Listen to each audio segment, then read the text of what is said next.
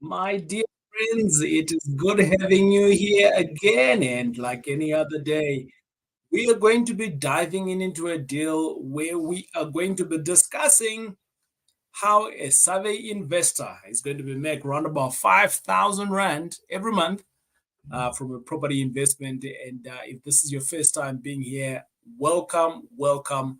We enjoy having new people. And on a Wednesday like this one, we call it Wednesday Deals, Wednesday Deals. And every Wednesday, yep, I am here at the top of the hour and we're talking about deals. We're diving into them, we understand them, we're diving into them, we learn. But above that, the deal is available for you to buy it. Yeah, the deal is available for you to buy it. So I'm just gonna jump into this, right? And we're always talking about on this channel, the biggest thing that we talk about. I know some people get excited about buying deals, but don't buy deals if you haven't invested in yourself. Get the education first. If you get the education first and you invest yourself, then you know what's going to happen. The deals, or should I say, your business is going to start working for you, and you're going to be able to buy real estate that make you money from day number one. And this is what the TJ Tribe is all about. So great having you here. I'm excited. The more you learn, the more you earn. It is I, your boy TJ. Let's jump into it. I've got a slide that I've put together for this particular deal that I want us to jump into the discussion. Say anybody, I'm of the view that anybody can come in real estate. Actually, that's our mantra here. We are of the belief that every modern parent should earn passive income. There's no video that I do without us talking about you, the parent, that you should be earning passive income from real estate. There's no way you'll see me talking on the big platforms and so on. And I am not talking of the fact that you should earn passive income from real estate. Let's kill the poverty. Let's kill this idea of exchanging our time so that we can be exchanging our time for building our passive income. So today I'm going to speak to you guys about a mixed use property. For some of you, this might be new for you. Don't worry. Today's here is going to show you what a mixed property looks like. And I'm going to just jump into it, into my slides, so that we can get to it. So welcome, welcome. Wednesday deal it is. It is a Wednesday deal day. So welcome. And if we just meet, my name is TJ Tarajek. I lead the tribe, but it doesn't necessarily mean that I'm the only teacher here. So many teachers that come in here to teach us amazing things about real estate, amazing things about doing life, to be better people from today and growing our business from where it is, growing ourselves from where we are. And we do not discriminate around race here. We don't discriminate around gender. We don't discriminate about where you're coming from. We don't care. We are of the firm belief that, bingo, if you're a modern parent, you should be able to earn some passive income from real estate. That's our thing here. So welcome if this is your first time. And if you're returning a 5 to you know what we do here. And if it's your first time, don't forget to subscribe once you're at it. So it is that time again, or that time of the evening where we say, let's go together. 1, 2, 3. My heart is open, my mind is open. Help me, TJ, to make money. Yeah. We're gonna go through it again. 1, 2, 3. My heart is open, my mind is open. Help me, TJ, to make some money. Somebody asked me the other day, I says, TJ, why do you do that? And I said, guys, I don't come from no money. No. So sometimes the heart here wants the money, but the mind is like, no, no, TJ, we can't do this. No, no, no. This guy here comes from, and sometimes it is comprehension here once I'm doing my due diligence. But this guy here start getting scared. We want those two things to be open so that we can make some money. Education that we getting when we're talking here together, we can be able to make some money. So I am going to speak to you about, ladies and gentlemen, about a deal in Cape Town. Yeah, but I also want to put in a disclaimer. I couldn't really find a nice, amazing picture for a mixed use, right? And so that's not the real property, the one that's showing the white building. It's not really it. I apologize. It's a disclaimer that I just thought, let me put it out there before folks says, "Woo, TJ, that property for 1.5, I want it." And then you go to the property and it's a black property. No, my apology. That's just a representation of the property, but it's not the actual property of it. I just want to let me find a nice picture, right, to showcase the deal itself. But you can be able to buy this property for a whooping 1.5 million. You buy it for 1.5 million, and you are going to be making 5,000 rand on a monthly basis. 5,000 rand on a monthly basis. And the question here is, for some people, they might be saying, it's not a good deal. And my question to you is, who is giving you 5,000 rand every month today without you doing anything? And if there is nobody, then this is a good deal. Yep, that's what it means, right? If you are continuously being active right now at your job or in your business and no way you are getting 5,000 rand every month, then this is a good, amazing. I want to show you how amazing this thing is actually.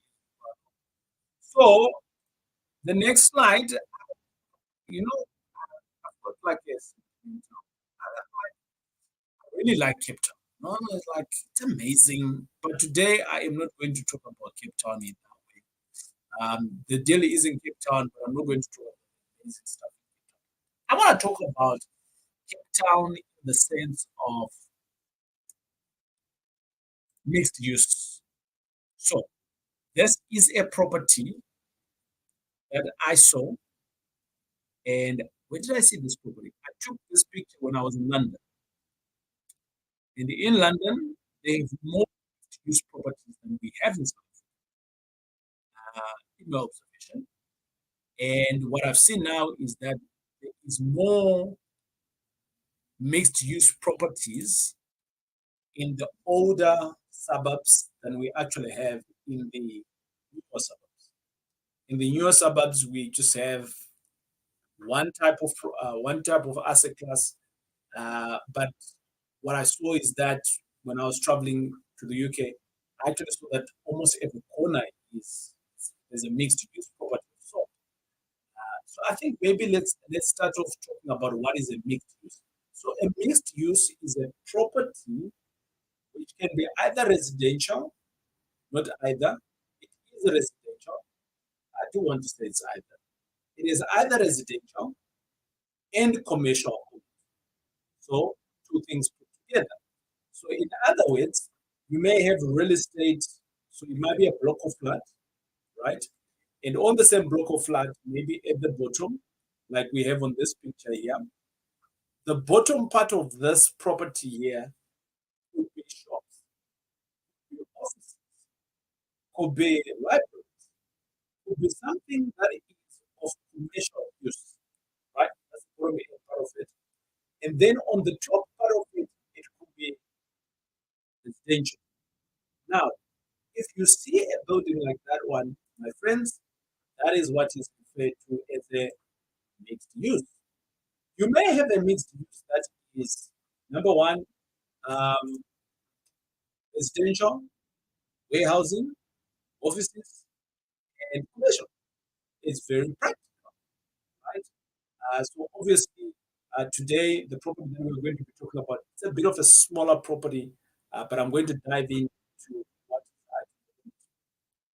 how does it become a mixed use? It becomes a mixed use because it is registered with the municipality that it is a land use. It is a mixed use. So, from a zoning perspective, different types of zoning. We've got residential one, goes all the way to 5 or 4. And you think you've got business. Again, it's got business 1, 2, 3, 4, 5, and so on. Whatever the land use category that you fall in this case here, it is mixed. So which means that you can take the residents, you can take the shops, you can take the doctor, you can take, and then that's what is prioritized. So which basically means that from a council perspective, you are regarded as a mixed use, and the rates and taxes that you pay are very different from a residential one. One category. It follows a different formula if it's just residential. It follows a different formula if it's just commercial. It follows a different route if it is mixed use. So for this case, this property that we're talking about is a mixed use property. Why would I want to buy a mixed use property? Are there any benefits at all to me as an investor? Oh, yes, there is. There's plenty of them. So imagine having a property like this one, right? Is a mixed use. The white part of that property there, let's assume now all of that now is just offices or maybe shops. The first thing that you need to think about is that now you have a diverse community, which means that you can have shops at the bottom, veg on the top. How amazing is that? So it's a diverse community in terms of the tenant type that you have.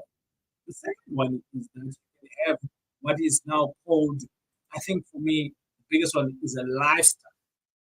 Your lifestyle now is very, very nearby. If you're one of those people who are like to just, go down and swipe, the shop is just right there. It's just right there at the bottom for you. If you're a person who likes to go to the office very often, the office is just now right there, right?